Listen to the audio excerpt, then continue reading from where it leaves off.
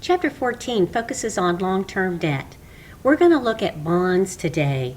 They're a rather complicated transaction, so let's begin looking at the difference between a bond and a note.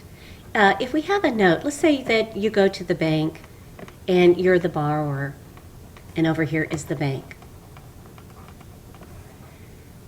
Well, essentially when we borrow money, we're just signing over an IOU that we owe the bank money, and in exchange we get money, right? We get cash from the bank.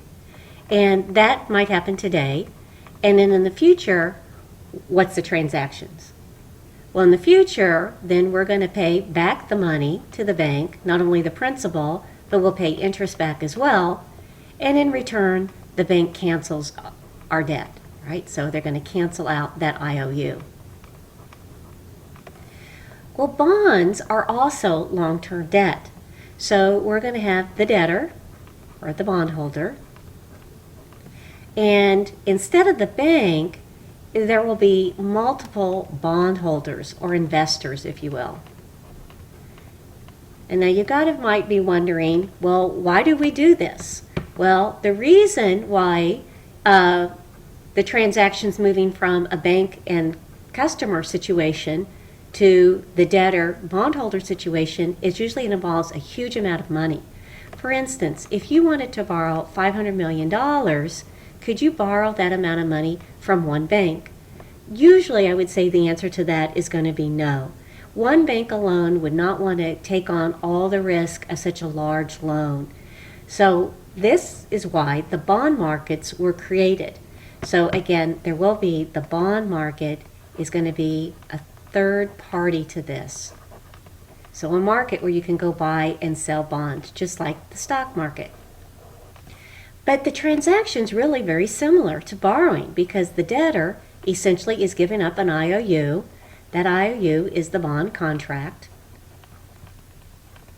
And like all debt contracts, it will have principal, it'll have a rate on it, and it will stipulate time. All debt contracts have to stipulate those three criteria. So the debtor will issue these contracts to the bondholders, which are debt contracts. In exchange, they'll get money. And in the future, what's going to happen? Well, in the future, just like we saw with a simple note, the debtor will pay money for principal and interest. And in exchange, the bondholders will retire or cancel those bonds. So notice, in substance, they really are the same thing. Money comes in to the debtor today, and then we pay that back in principal and interest in the future. What's going to make this more complicated is that in a simple note with the bank or simple loan at the bank, this can all the transaction all takes place in one day. We go in, we sign the contract with the bank, all parties agree to the terms and put that in the contract. In this situation with the bond, it might be November when the contract is drawn up, but it might, so this might take place in November, but it might actually be January for the bonds actually go to the market.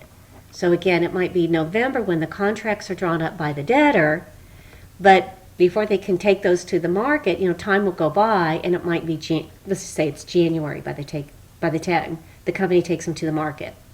Okay, so that's going to cause some problems because interest rates changed on a daily basis. So, we're going to have to look at, well, what does the accountant do? Okay, well, let's go through some scenarios here. So here is a bond. A company issues a bond with a face value of $100,000. So face value means on the contract. And it's going to sell at 100 in the market. That means it sells at 100% of its face contract amount. So that means it's going to sell today for $100,000. 100% of $100,000 is $100,000. So it's going to sell for $100,000. Okay, now the contract has principal on the contract of $100,000. It has an interest rate and it has time. Now usually bonds are longer than 5 years. They can be 20, 30-year bonds, 40 and 50-year bonds even. But I kept it at 5 because this is just a demonstration in class, and we want to keep it simple. But anyhow, here's the terms. We have written up a contract with principal, rate, and time, and according to that contract, we agree to pay 8%, which is $8,000 a year, and at the end of the 5 years, we'll pay back principal at the end of the 5th year. So $8,000 of interest paid annually, and at the end of the life of the bond, the principal. And by the way, we are only looking at this type of bond where there are annuity payments for interest, so periodic payments for interest, and then a lump sum at the end of the life of the bond. But in reality, bonds can be where there's P&I payments throughout, there can be no payments throughout, neither principal or interest. There can be more than one interest rate. The interest rate can vary over the life of the bond, so they can get a lot more complicated than what we're looking at in this chapter. Okay, well, let's start making our journal entry. So here's today. Cash comes in $100,000, and that's what we're going to put in our bond payable as well. Okay, and just FYI, since we're also thinking about cash flow, this cash comes in. This transaction, it's a financing activity for the cash flow statement. So just FYI, when you go to do your mix-max case, in August, we're going to see a new addition will be the bond, and that'll be a financing activity. Okay, so we can see that's the initial transaction. The other thing is $8,000 of cash is paid out each year, and likewise, that's going to be our annual interest expense. So go ahead and put our $8,000 in all the way down. Okay, so you can see then, I went ahead, we're going to have a debit to interest expense and a credit to cash or interest payable, and each year I've gone ahead and entered that in for us just to save time. Bonds payable, we put $100,000 in it at the beginning of the first year. There are no transactions for it throughout the first 4 years. Notice I said 4, not 5. So put in $100,000 for 4 years. So at the end of each year for 4 years, nothing happens to bonds payable. However, at the end of the 5th year, we're going to make our $100,000 payment. So cash will go out, and we're going to reduce the bond payable $100,000. And when that happens, that'll zero out, right? We're going to reduce the bonds payable down to 0. Okay, let's look at the shortcut. So let's look at what happened here. Today we borrowed $100,000. That's today. In the future, we pay back 8, 8, 8, 8, and 8, total of $40,000 for interest, plus $100,000 for principal. So we pay back $140,000. The difference between what I borrow and I pay back is my interest cost, $40,000. So if I add up interest expense, it's going to be $40,000. And so we can see, I'll double roll this, that I can solve for interest expense over the life of the bond here. We also can see when I add up interest expense on my amortization table, it also totals $40,000. And one last thing, let's just put in this $40,000 interest. The interest paid is also $40,000. Okay, on our cash, recall borrowing is financing. If we pay for expenses, though, that's an operating activity. And then this cash payment on the bond would be financing. So again, operating activity for the cash paid for interest. Okay, so let's look at the second scenario. So the second scenario is the same bond contract, $100,000 principal, an interest rate of 8%, and time is 5 years. So according to the contract, we agree to pay $8,000 a year for 5 years and $100,000 at the end of the 5th year. So again, that is all based on the contract. So here are our, and again, we're going to assume that the legal form of this contract is drawn up in November. Here are the contract terms. So the contract terms consist of $100,000, 8% annually over 5 years. And that is what we agree to pay. So we lock in on that And, it's contractual. You can't really change that. So we have contracted out that we agree to do this.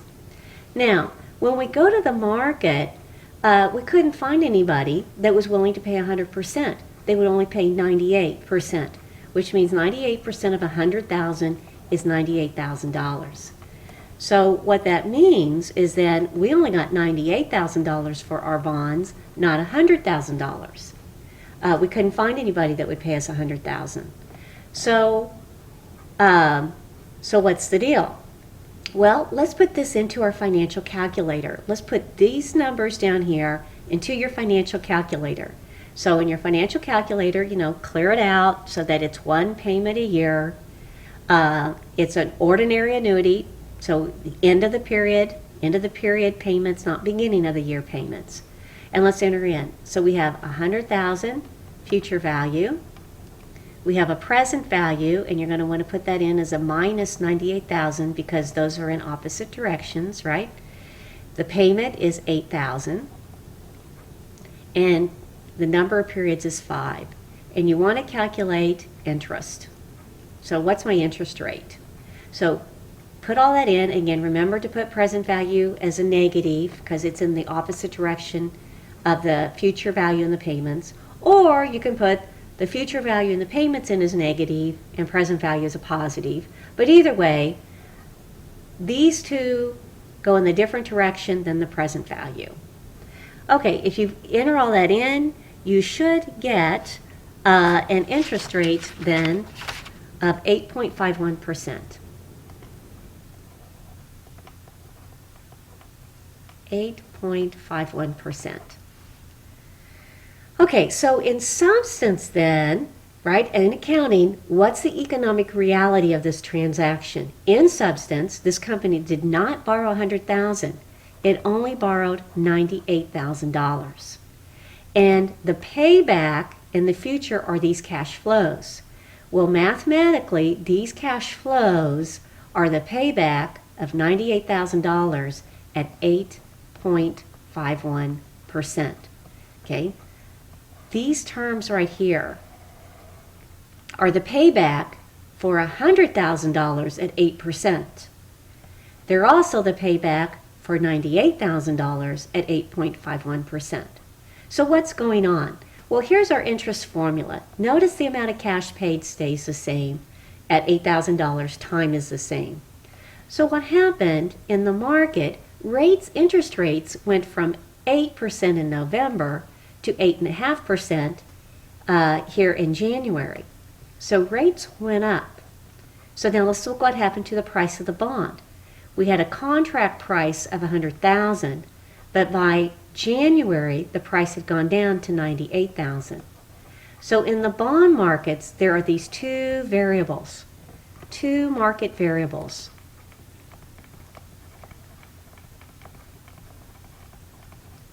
One of the variables is the interest rate. And the other market variable are bond prices.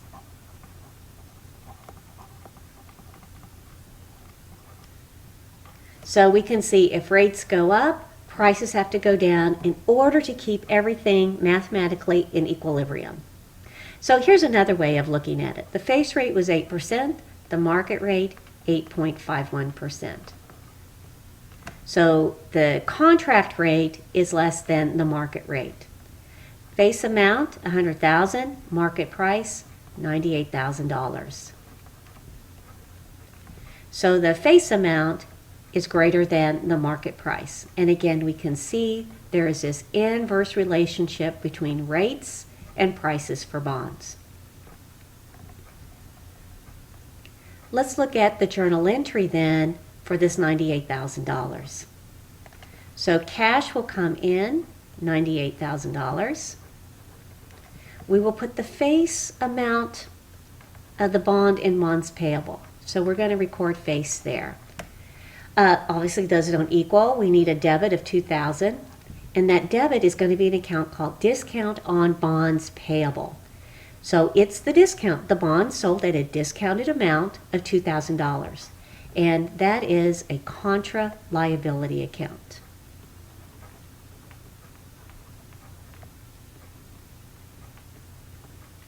So contra liability account. Now we're going to take these three numbers and go put them into our amortization table. And one last thing before we do that, just a reminder, that debit to cash was a financing activity because it has to do with borrowing. So here on the next page, on January 1 of the first year, we had $100,000 in the bond, and we have a $2,000 discount. And again, so the bond is a liability, the discount is a contra liability. And those, that's like property, plant, and equipment less the allowance for doubtful accounts. So the bonds payable less the discount will give us carrying value of $98,000.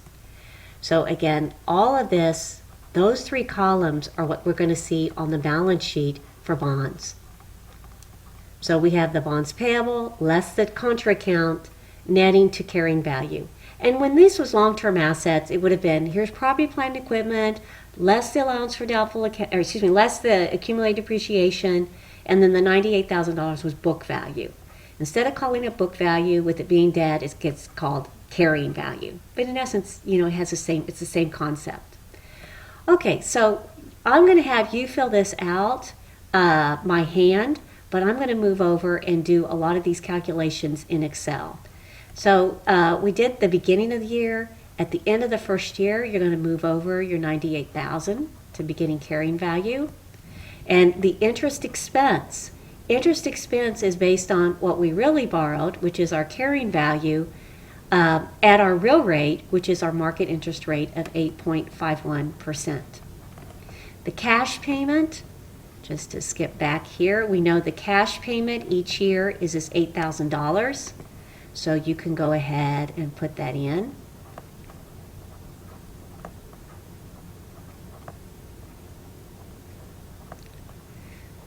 So we know each year it's going to be $8,000. So the first year we're going to take our carrying value times the 8.51%, and you're going to get something like 8,337. So you can see when I go down to make my journal entry, we debit, these three columns right here are going to be the journal entry for interest. That's their purpose, this, and that. So here's my, here's going to be my debit to interest expense. Here's my credit to cash or interest payable.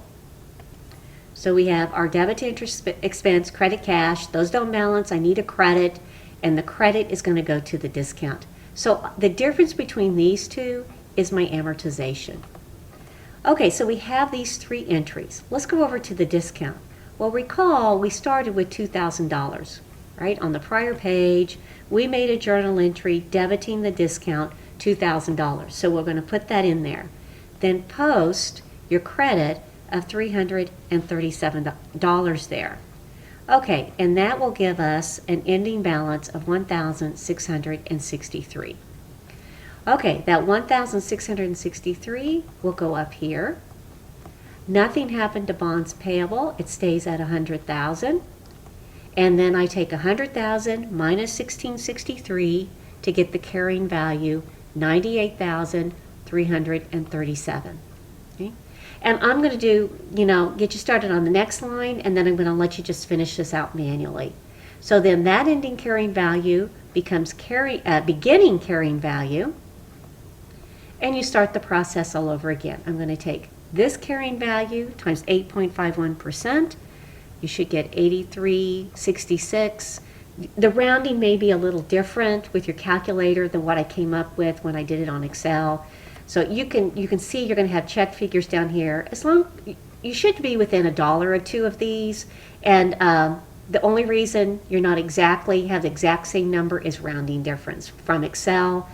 Excel is not just going to be 8.51% like your calculators. Excel, hidden in Excel, will be 8.51 da da da da da da several digits. So it's going to be a little different. Okay, so I'm going to let you work on that, and I'm going to move over and set this up in an Excel spreadsheet so that you can see how to also create these amortization tables in Excel. So here we are in Excel, and I've got a data entry area. Here's the same headings for our amortization table. And by the way, you'll be preparing Excel amortization tables as part of your assignment. And that'll be part of August Mix Max. And by the way, don't freak out that you need to be writing all of this down, because I've got this all formatted or shown to you on a schedule for August Mix Max, and likewise all of these headings. But what I want to do today, though, here on this recording, is to show you how to set this up, what the formulas will be, and what you want to do. So let's enter in future value. We know that's going to be the $100,000, just like you put in your calculator. Number of periods is 5. Payment was $8,000. We didn't know the interest rate, but we knew the present value was $98,000. I'm going to put that in as a negative. Okay, so this time we had to solve for the interest rate. So go to your formulas, choose financial. We've done this before in Intermediate 1. We use present value function. This time what we need to solve for is rate. So choose rate. And then your variables, just like you would put in your calculator, show up. Number of periods, I'm just going to click on 5. Payment, I'll click on the 8,000. Present value, the 98,000. And future value, the 100,000. And I don't need to enter in type. Click OK. And let me go back and enlarge that. And give it some decimal points. Okay, so there we get our 8.51%. But keep in mind in Excel, it's extended way out like that. But I'm just going to bring it back down to the 8.51. Okay, so then, my bonds payable will equal that future value. The discount was really the difference, it's the 100,000, the difference between the 100,000 and the 98,000. And then my carrying value equals my bonds payable minus my discount. Okay, so I put in formulas just to get started. Let's go to the end of the first year. That beginning carrying value is what we had at the beginning of the first year. Interest expense is going to equal that carrying value times the 8.51%. The interest payment equals our $8,000, and the amount of amortization equals the difference between the interest expense and the interest payment. And then we would have made our journal entry for those three. The discount at the end of the year is going to equal the beginning. This is really just kind of in essence our T account. That's the beginning balance minus the amount we're amortizing. There's our $1,663. Nothing happens to bonds payable. Oh, if I copy that down, remember I need to come back here and put my $B, $2. Put a $sign in there. And now I can copy it down. So it'll stay at 100,000. The 98,000 really was, this cell minus that. I can even copy that all the way down. And for the end of the second year, I get my 98,337. And I can just, from here on out, now that I've got that set, I think I'm going to have a mistake here, and I do, because I need it to be the carrying value times 8.51. The cell for 8.51 needs to stay fixed. So I need to do the $B, $5, so that it stays fixed. Now I'll copy it down. The interest payment also needs to stay fixed on B4. So for that formula, let's do $B, $4, so it stays fixed. And copy it all the way down. Okay, and then this I should just be able to copy because it doesn't need to stay fixed. Okay, so then we get all the way down to the end of the 5th year, and the discount has a 0 balance, and that's exactly what we wanted to have. Also keep in mind, and so that's exactly what we want to have. Also keep in mind there will be that journal entry to zero out the bonds payable, so you're going to need to go in and just put your zero in there. So at the end, there's nothing for the balance sheet. If these three columns are what goes on the balance sheet, you're going to have 0, 0, 0. Let's go over here, and I want to sum. Let's add up those. Let me broaden up. Sorry, I'm moving something I shouldn't be moving. Never mind. So I'm going to add up those 42,000, whereas when I hit my auto sum, that's 40,000. So notice I'm going to have a difference between interest expense and the interest paid, and the difference is $2,000, the amount of our beginning discount, and that is not coincidental. It should work out that way. Okay, I'm going to go back to your other notes, your manual, hand-prepared notes, and we'll enter in some of this there and talk about the numbers. Okay, so over here, by now, your manual schedule should look like this. It's the exact same numbers on the Excel spreadsheet. Then you would have made, for these three columns, these journal entries. If you posted to your discount all along, you would end up with this zero balance. Notice these ending balances are the exact same over here in the discount column. And then at the very end, also in year 5, there would have been this $100,000 payment to pay off the bond principal. And that zeroed that out. The other thing that we did, we added up interest expense and the interest paid. Interest expense totaled $42,000. The interest payment, and I always want to say quote payment, because that's just payment for the contract. The real cost, the real interest was this $42,000. Let's go down here and prove that for ourselves. This time, we borrowed $98,000.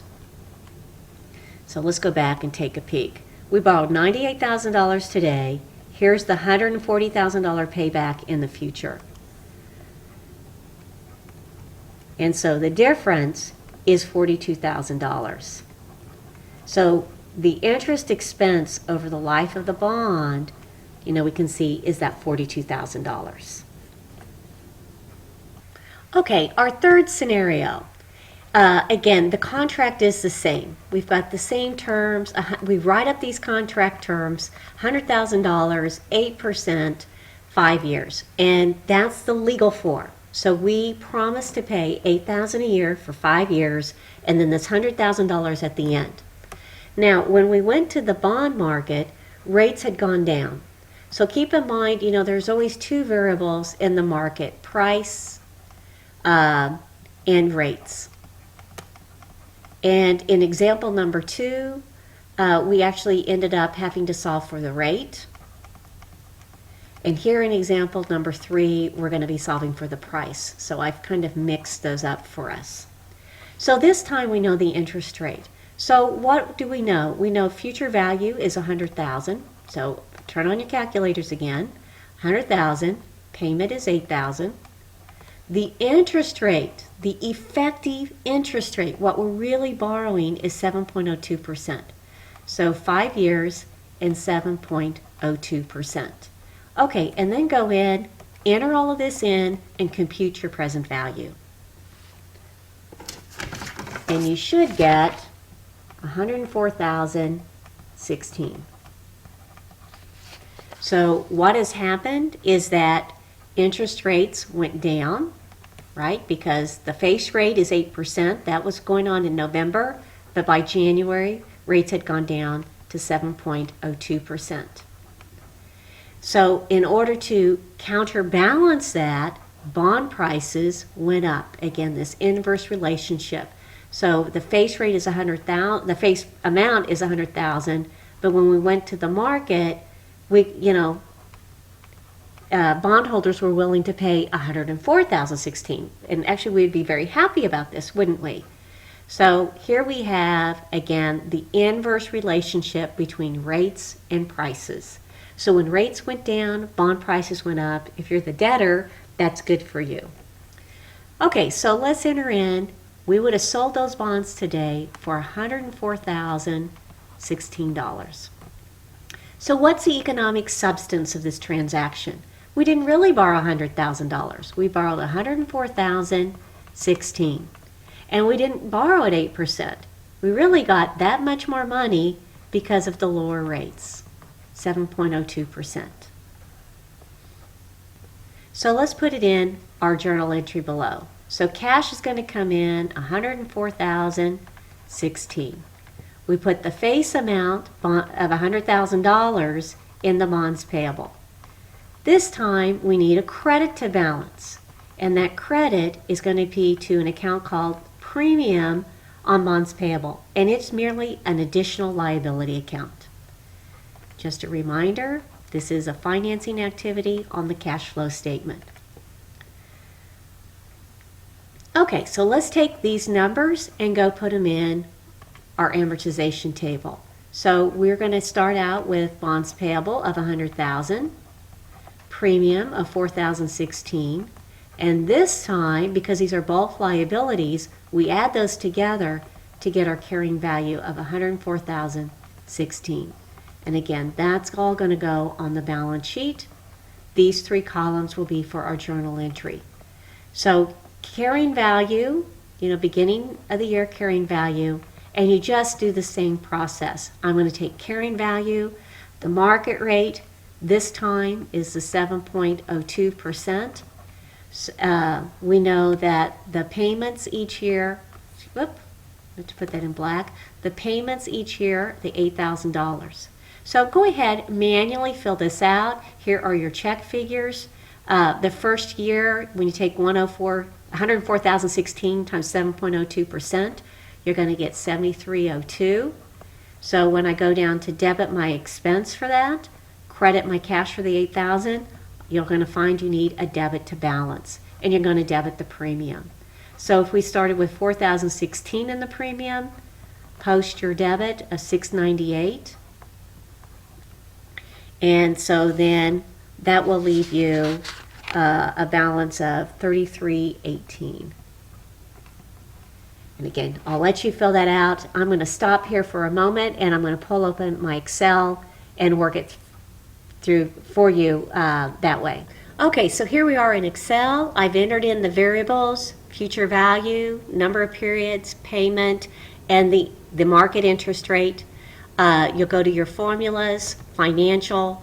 We want to solve for present value this time, so choose it, and then you're just, clicking, on the rate, number of periods, the payment, and then the future value. So I click on all of that, hit OK, and there's my 104,016. And then, you can just go through and enter in your formulas. I do need to change this to a premium, and that's going to equal the difference in those two. Up.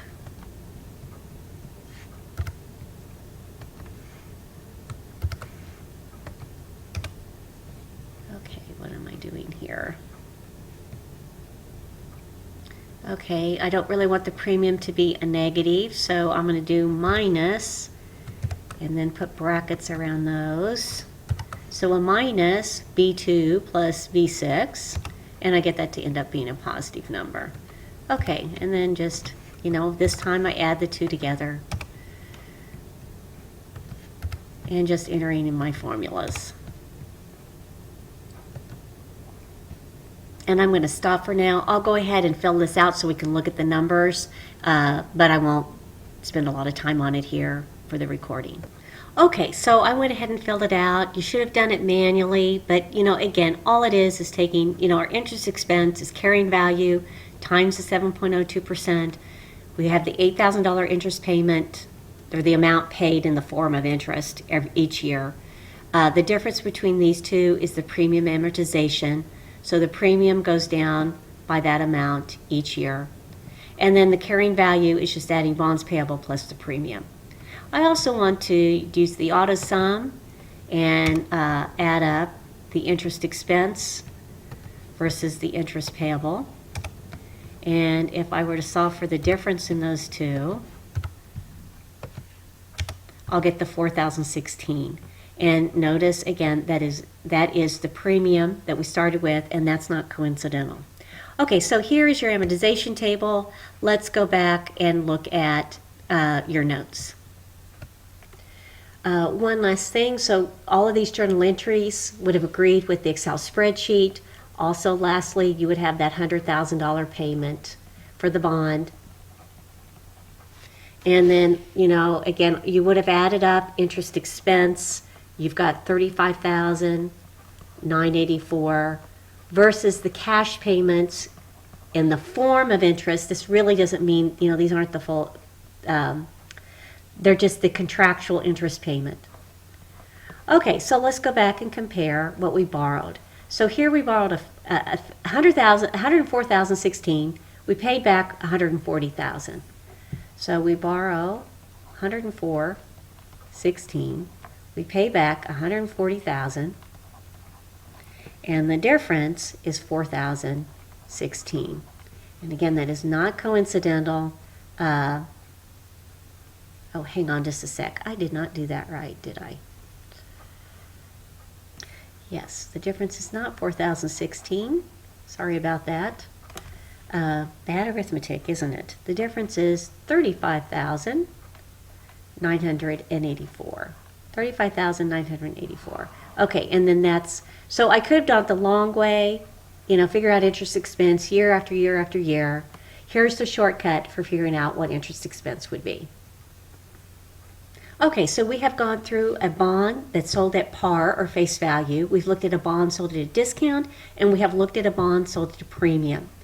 Your assignment, your next course assignment, is to do the same sort of thing in Excel using your August Mix Max. So I'm going to close this recording for now, but the next recording you're going to want to listen to is the recording of, the Excel assignment, and then also getting started on your August Mix Max.